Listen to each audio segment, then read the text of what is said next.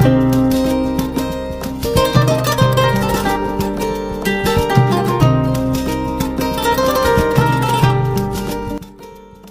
عليكم يا بمنا أنو لا يرك لنا سمو سيكمر كاميرا كابون نرا نكا فول فيديو بنبي فيديو دي مي أكتر سانتاينينا بيا كدني كسب لذلك كم من نبولو كنيسي أسيمو ماني بريمير سيما وكو جانتو كيلغولا ده نقول نقول لذلك كانيو ده kiri moy mana jam moy chogo na nyebala kiri te ga tige choga dola wala ba ne du nyebi ko na chobi na ko janto kirla do kiri ko la ere ko hadu to kiri ko la kosobe justice ko ni. Assalamu alaikum vewa lamini kelaw awni sogoma ni agabal make akodogo ni Isa Talde do kabo malila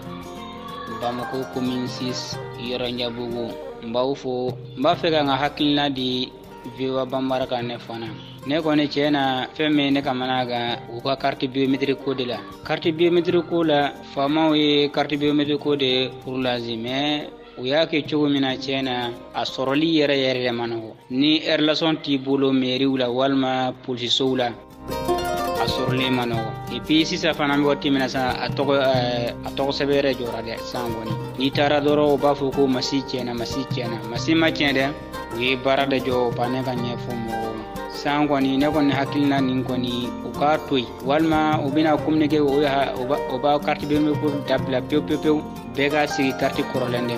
chena jamana de on toro la carte biométrique la tisoro e bisenge ne ko nere mana fa foya konnana wala ni war cendron do.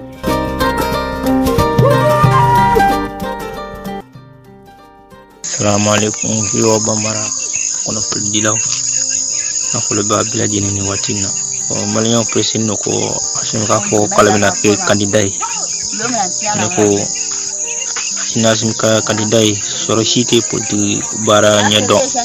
no ka mo were sonsi ka la be ka ke ko machim ka le to ka candidat do aso ko mafusa asim ka ke candidat wa o ko ni hakilnai ko so do nyuma ko ka hakilnamita ka singa ke candidat ko ni hakilnai mai me ne ko ni ta hakilnai ni ma politique lo ni dra politique ko la politique mo bi sere ne ko ma woli ni du damel mangay ka bo namna su le kila be sigaso rijona. Assalamu alaikum.